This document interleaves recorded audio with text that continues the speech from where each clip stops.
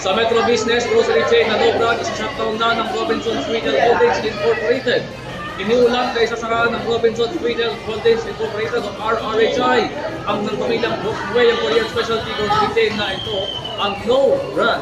Sinabi na maaaring itigil na ng no brand ang lokal na operasyon. Dito sa Hunyo, matapos ang agresibong mga promosyon ng brand name na nag-a-adopt hanggang 90% ng mga diskwento sa pinakamabenta ng produkto sa ilang sangay ay sulot ng diskriminasyon online na naghahanda na ang retailer na umalis sa merkado ng Pilipinas. Ang usapan at tutulot ng pagkakambing sa naho ng desisyon ng SSI Group na usa ng pagiging susunod sa March and Spencer. Unang iniulat ang pagtatapos ng 4 taong may kipag-diskusyo sa pagitan ng SSI Group ng pamilyang Lancoco at March and Spencer. Ang lokal na prangkisa ng British retailer at sukunin na ng retail powerhouse ng Indonesia na MPP na nagpapatagpunan ng March and Spencer sa Indonesia.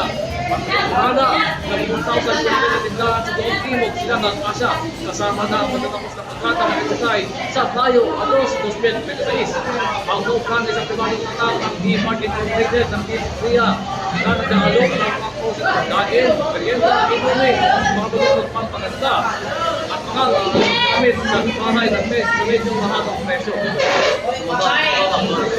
Dito ang April 2019, pinagawa ng D-Mart sa Roadway Group sa pamagitan ng Robinson Supermarket Corporation sa ilalim ng Robinson Retail Holdings Incorporated o RRHI. Ang posibo ang hindi malilipat ng mga kaputan upang patuloy ng lahat sa Pilipinas. Ang konsepto ay sinama sa supermarket division ng RRHI sa mga 2 buwan na sumasalmin sa produce dito sa mga produktong grocery at pagkain.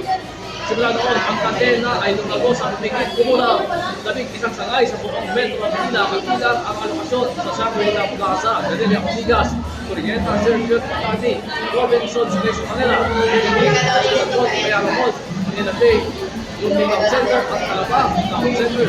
Kahit naman ipinaibiwanig ng Santos Financial na ang negosyo ay patuloy na lumalagog patay sa mga bayad sa royalty na nakapagpas ng 1.5% ng mga benta at mga kita ng Cobra sa Pilipinas ay umaabot na sa mga kumulang 533 million pesos noong 2022, 641 million pesos noong 2023, at 686 million noong 2024.